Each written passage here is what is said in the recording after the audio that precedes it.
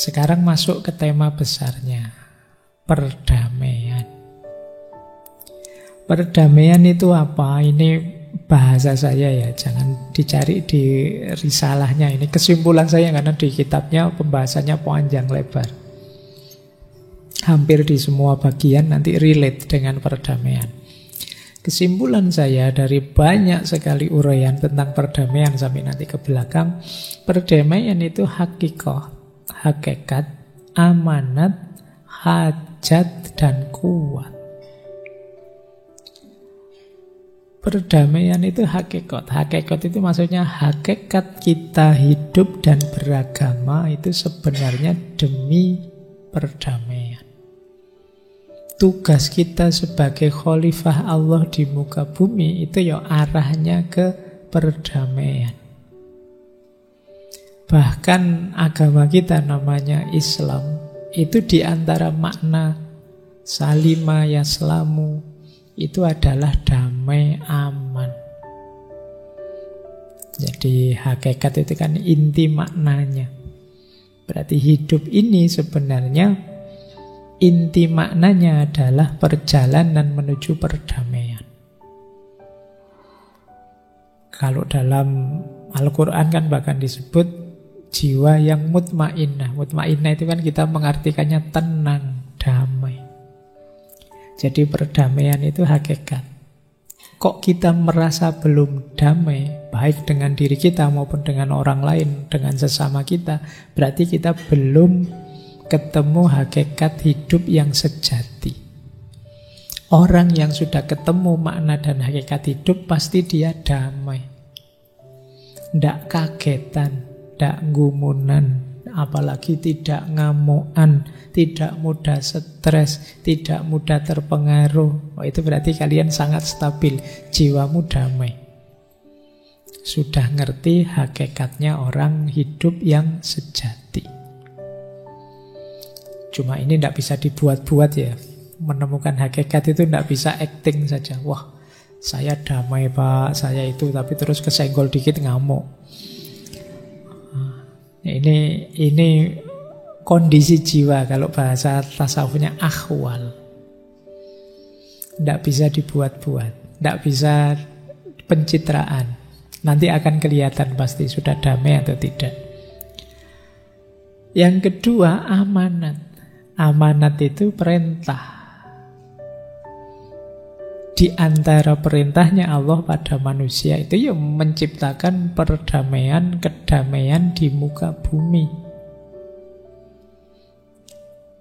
Bahkan Islam kan kita sebut sebagai rahmatan lil alamin, penyebar kasih sayang ke seluruh alam. Itu kan semacam pesan dari Allah, amanah dari Allah. Yuk hidup ini yang damai, yang penuh kasih sayang. Yang ketiga, hajat. Hajah itu artinya kebutuhan, bukan hajah ya. Kalau hajah istrinya haji. Hajah jadi kebutuhan. Hidup ini butuh damai. Dimensi apapun hidupmu, landasannya harus perdamaian. Kalau landasannya konflik, kekerasan, permusuhan, kalian akan sulit hidup dengan nyaman. Jadi yang ketiga, hajah, kebutuhan kita. Yang keempat, kuwah. Kuwah itu kekuatan. Orang yang berjuang menuju perdamaian itu perlu daya tahan yang luar biasa. Dia perlu kekuatan. Maka orang yang bisa sampai pada perdamaian, bertahan dalam kedamaian, ini orang kuat.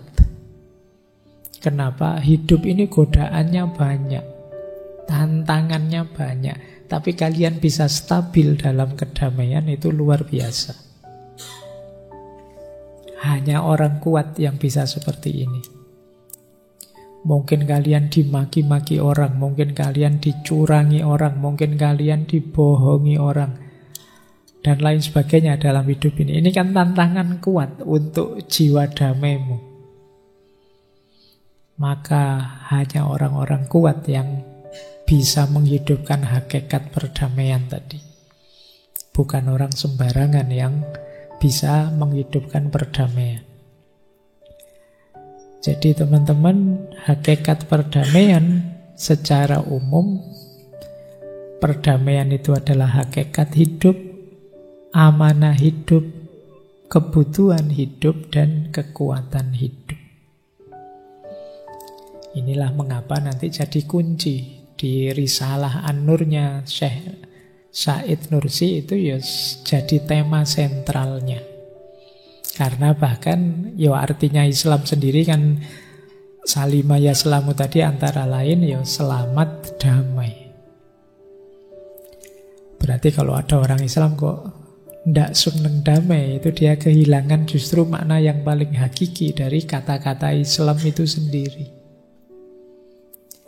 Ya meskipun damai dalam konotasi yang positif, kenyamanan, keamanan, dan lain sebagainya. Kan ada damai itu konotasinya negatif. Kong kali kong, sepakat diam-diam, itu bukan itu. Kan ada orang damai itu kena tilang terus, damai saja ya Pak, ini mungkin bukan itu. Jadi, oke, dasarnya ini. Nah, prinsipnya sekarang. Kata Syekh Said Nursi, prinsipnya perdamaian itu ada 5. Kalau 5 ini tidak hidup, sulit kita hidup damai. Khususnya damai dengan sesama.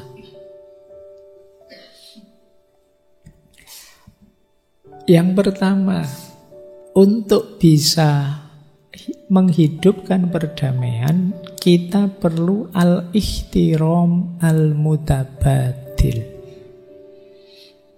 Al-ihtiram al-mutabadil itu sikap saling menghormati. Kalau tidak ada saling menghormati, ya tidak mungkin hidup damai. Aku menghargaimu, engkau menghargaiku.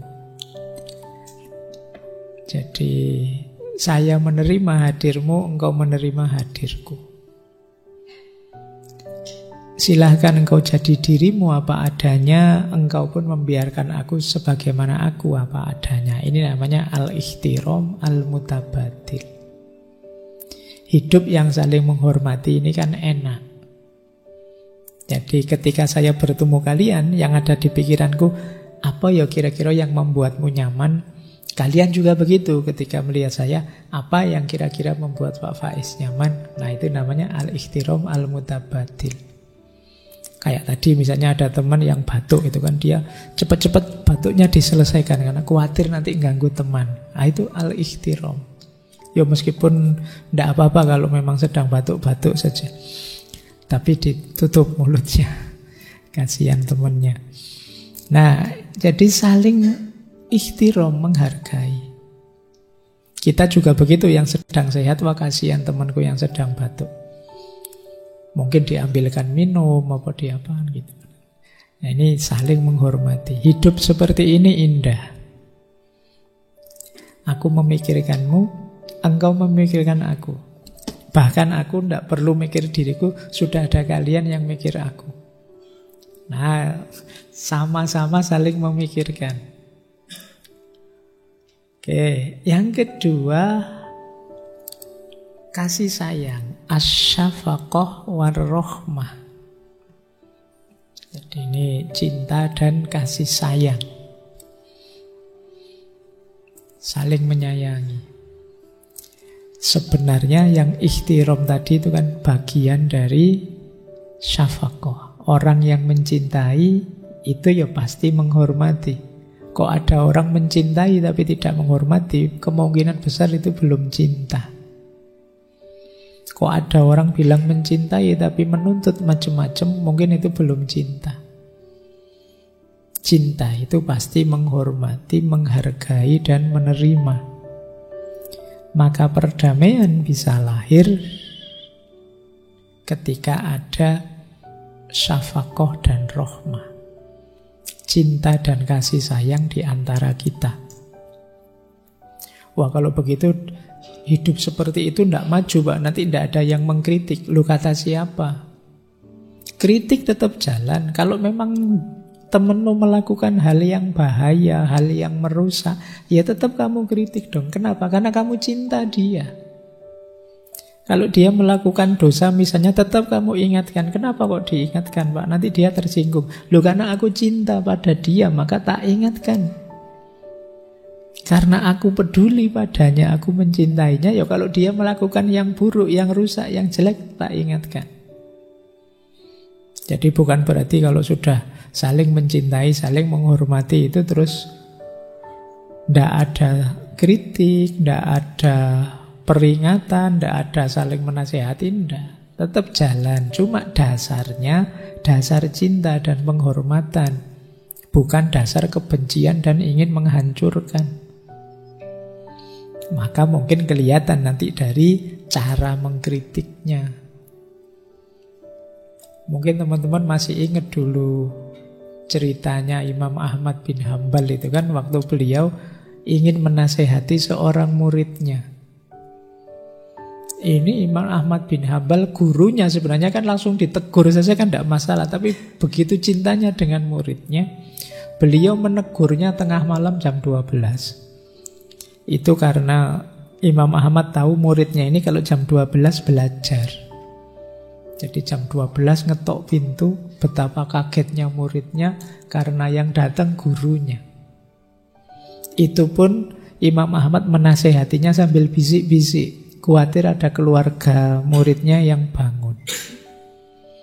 Nah, khawatir menjatuhkan marwahnya muridnya ini. Loh, ini menasehati. Kalau hari ini kan kamu malah nyari-nyari kan untuk diposting besar-besaran biar semua orang tahu. Kalau Imam Ahmad sangat sembunyi-sembunyi, dan justru mungkin lebih menyentuh yang dinasehati. Karena kan orang ditegur di depan banyak orang itu kan biasanya malah resisten. Dia karena malu ditegur di depan banyak orang. Nah, jadi ihtiram, syafaqah. Yang ketiga, al-ibtiad anil haram, menjauh dari yang dilarang, yang merusak. Nah, berarti yang tadi saya sebut, damai kok, sudahlah Pak, damai sajalah Pak, yang penting. Nah, itu berarti bukan perdamaian itu. Kenapa? Tidak ibtiad anil haram. Jadi jangan perdamaian dalam hal yang haram. Jadi saya hargai engkau meskipun masih pacaran, nginep berdua di hotel, tidak apa-apa, tidak usah rame-rame, kita damai saja, tidak begitu. Jadi tetap tidak dalam hal yang haram. Yang keempat, menjaga keamanan bersama. Hifdzul aman. Tidak usah khawatir, aku aman bagimu. Makanya kita itu diminta setiap ketemu itu parameter siapa yang lebih baik kan yang mengucapkan salam dulu. Salam itu kan semacam jaminan keamanan bahwa kehadiranku aman bagimu. Nah, ini damai. Kalau setiap orang menjamin keamanan saudaranya, ya hidup akan penuh perdamaian. Yang kelima, ya ini mungkin hari ini sering terjadi, yang kelima ini, nafdzul fawdo wal ghawiyah waddukhul fit ta'ah. Nafdzul fawdo itu menolak provokasi, wal ghawiyah hasutan. Jadi provokasi-provokasi, bujuan-bujuan, hasutan-hasutan untuk berkonflik, untuk bermusuhan. Jadi kita harus jeli dengan provokasi-provokasi yang masuk ke kita, yang arahnya ke hal yang negatif. Dahulukan ketaatan pada aturan dulu. Jadi sebelum komplain, sebelum protes, sebelum tidak terima dan lain sebagainya, dahulukan taat dulu. Setelah taat dievaluasi, Kalau memang ada yang tidak cocok, disampaikan, direformulasi ulang, dan seterusnya. Jangan termakan bujuk rayu dan hasutan. Ini prinsip-prinsip perdamaian. Kalau ingin damai, hidupkan 5 hal ini. Insya Allah nanti kita ketemu makhluk yang namanya perdamaian. Kalau kita mudah diprovokasi, ya kita sulit untuk damai. Kalau di antara kita tidak saling menjamin keamanan, tidak mungkin ada perdamaian. Dalam hal yang haram, tidak mungkin ada perdamaian. Tanpa cinta dan penghormatan, tidak mungkin juga ada perdamaian. Karena ini 5 prinsip kunci untuk mewujudkan perdamaian. Lanjut. Nah, semboyannya apa? Perdamaian itu, kata Syekh Said Nursi, mencintai cinta dan membenci benci. Membenci kebencian maksudnya. Jadi mencintai cinta itu, sukalah dengan mencintai. Cintai apa saja. Termasuk orang jahat, Pak. Iya, cintai dia, kemudian karena kamu cinta padanya, kamu arahkan dia biar tidak jadi orang jahat. Jadi, cintai cinta dan bencilah benci. Kebencian terhadap apapun, bencilah. Berarti kalian tidak suka, tidak gemar membenci, kegemaranmu adalah mencintai. Kalau kalian punya mentalitas ini, insya Allah kamu mudah mewujudkan perdamaian. Jadi tidak sulit. Tapi kalau kamu sebaliknya, membenci cinta dan mencintai benci, ya mudah tersulut. Membenci cinta itu kalau ada fenomena cinta, orientasi cinta, kamu tidak suka. Alah, munafik. Alah, kan mesti gitu. Nah, itu membenci cinta. Alah, lebay sampai segitunya. Alah, kita kan sering begitu. Kalau bisa ya, mari kita apresiasi, mari kita sukai fenomena apapun yang menunjukkan cinta. Ya tidak hanya cinta pada lawan jenis, cinta ibu pada anaknya, cinta apapun. Karena momen cinta itu biasanya momen menyentuh. Kalau kita sudah tidak tersentuh lagi oleh momen cinta, mungkin kita perlu latihan lagi. Karena sisi kemanusiaan kita itu hidup idealnya ada di cinta. Jadi mencintai cinta dan membenci benci.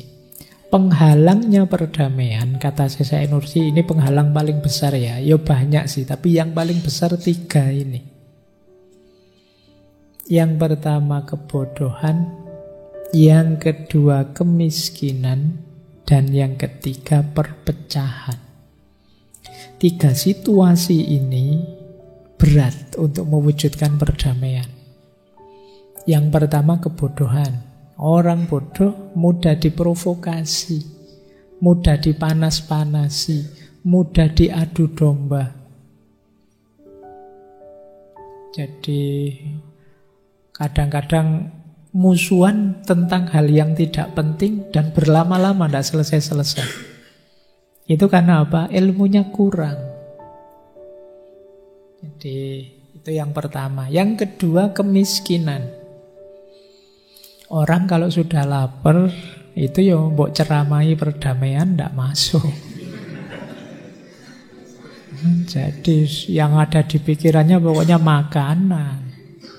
Jadi kemiskinan itu berat untuk mewujudkan ideal perdamaian. Maka yo perlu campur tangan, turun tangan kita semua, khususnya yang punya kuasa, untuk situasi kemiskinan bisa teratasi. Karena kemiskinan ini potensial untuk mudah diprovokasi, mudah dipengaruhi lewat jalan ekonomi.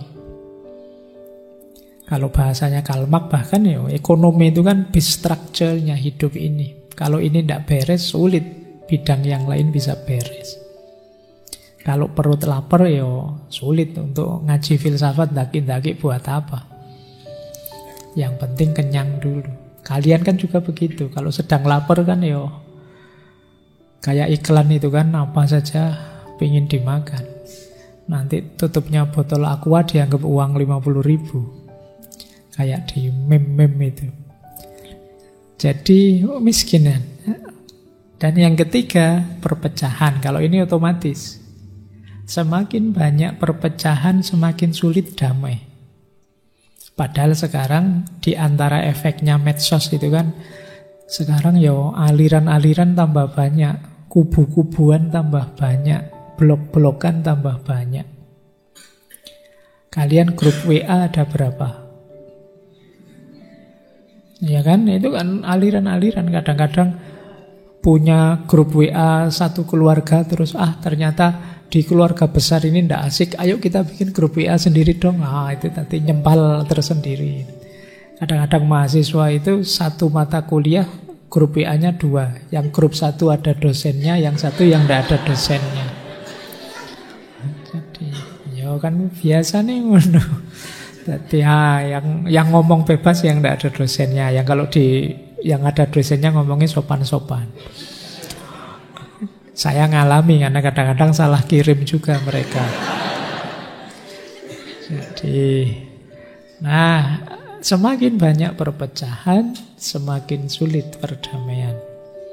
Makanya ya kalau bisa momen persatuan itu diworo-worokan dibandingkan momen perpecahan. Kadang-kadang setelah momen peristiwa apa itu pecah dan tidak kembali lagi, sudah pecah. Misalnya pilihan lurah, yang satu kubu ini satu kubu itu, setelah selesai pilihan lurah kan tidak terus cepat-cepat bersatu, tapi ya tetap beda kubu sampai besok-besok, sampai lurahnya ganti berapa kali ya tetap beda kubu. Nah ini perpecahan, sulit perdamaian. Ya kalau perdamaian tidak wujud kan, padahal perdamaian tadi amanat dari Allah, berarti kita tidak sukses menjalankan tanggung jawab kita sebagai khalifatullah fil ard. Lanjut. Nah ini makanya beliau punya quotes menarik. Kami korbankan diri untuk mencintai. Tidak ada tempat di hati kami untuk rasa benci. Maksudnya apa? Biarlah meskipun berat, meskipun susah, meskipun sulit, meskipun habis tenaga, habis biaya, tidak apa-apa untuk mencintai.